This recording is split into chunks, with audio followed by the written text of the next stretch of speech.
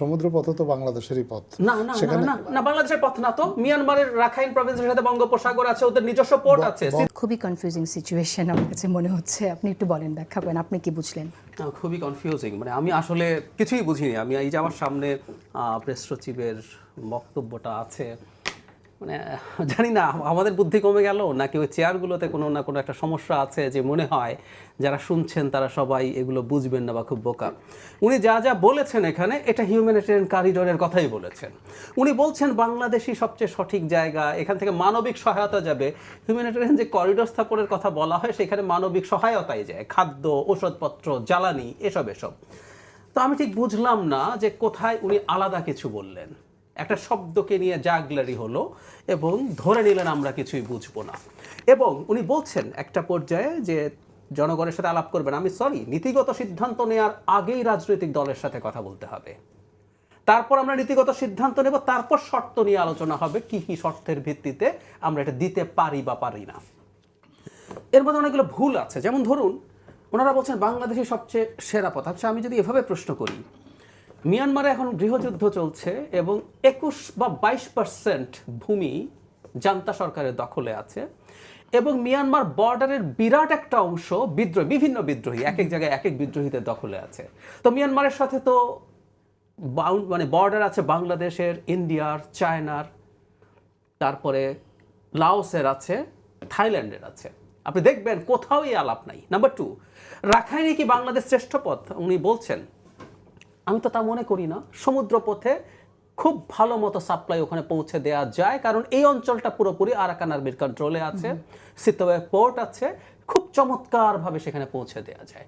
তাহলে বাংলাদেশের ভেতর দিয়ে এই আলাপটা কেন? সুতরাং বাংলাদেশ করিডোর, আপনি বলেন, বাংলাদেশ করিডোর দেওয়ার সিদ্ধান্ত আসলে নিয়েছে। এবং এখন যেহেতু প্রচুর শোরগোল হয়েছে, প্রচুর শোরগোল হওয়ার ফলে আপনি আসলে একটা ব্যাখ্যা নিয়ে এসে এটাকে এক ধরনের অস্পষ্ট করার চেষ্টা করলেন, কিন্তু সাকসেসফুলি অস্পষ্ট হয় নাই। আপনি যে জিনিসটা আসলে সিদ্ধান্ত নিয়েছেন তাতে তা দাঁড়াবে না। উনি বলছেন জাতিসংঘ যদি এটা করে তাহলে বাংলাদেশ নাকি সারা পৃথিবীর এরকম ডিস্ট্রেসড মানুষদের সাহায্যের জন্য বসে আছে, তাই বাংলাদেশ এটা বিবেচনা করবে বা করবে। জাতিসংঘ বাংলাদেশের ভূমি ব্যবহার করে মানবিক ত্রাণ, তাদের ভাষায় বলছি, প্রেস সচিব যা বললেন সেটা পৌঁছে দেবেন, সেটা বাংলাদেশের সাথে কোনো রকম কোনো আলোচনা ছাড়া। উনি শুরুতে যে প্রথম আলো হেডলাইন করেছে, তথাকথিত মানবিক করিডোর নিয়ে জাতিসংঘ বা কারোর সঙ্গে কোনো আলোচনা হয় নাই, মানে আপনি আলোচনা ছাড়াই সুমোটো সিদ্ধান্ত নিয়ে বসে আছেন জাতিসংঘ যদি চায়। আর জাতিসংঘ এত স্টুপিড, সে বাংলাদেশের উপর দিয়ে ত্রাণ পাঠাবে, সেটা করিডোর শব্দটা আমরা যদি নাও বলি, সে বাংলাদেশের সাথে কথা বলবে না।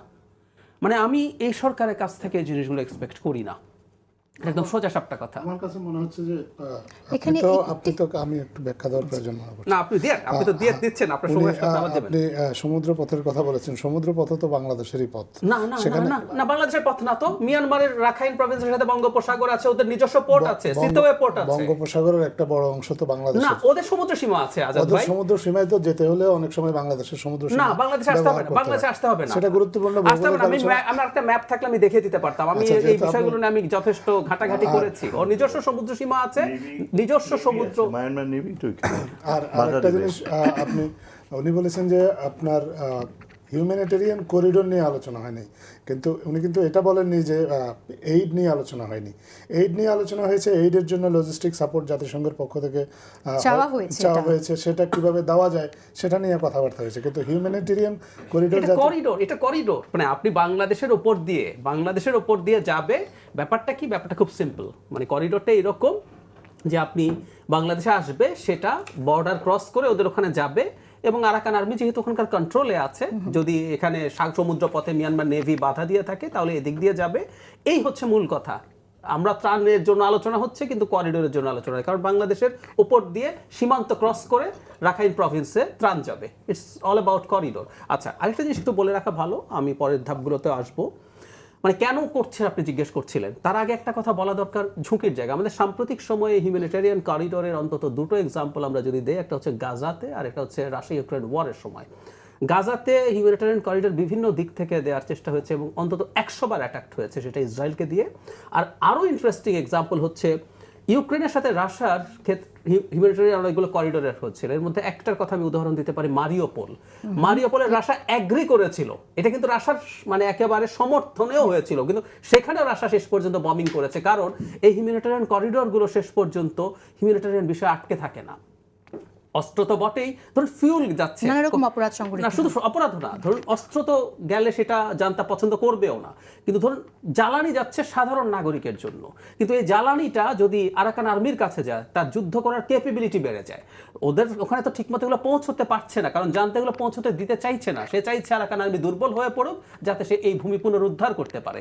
সো এগুলো যখন তার কাছে পৌঁছবে, এগুলো আমাদের কাছে খুব বড় ঝুঁকি তৈরি করবে, এবং ওর তো এয়ার স্ট্রাইক করার ক্যাপাবিলিটি এখনো আছে। আমাদের এই হিউম্যানিটেরিয়ান যে করিডোর বলি বা সরকার যদি বলে ত্রাণ পাঠাবো বলি তাদের ভাষায়, এগুলো এই ঝুঁকি তৈরি করছে।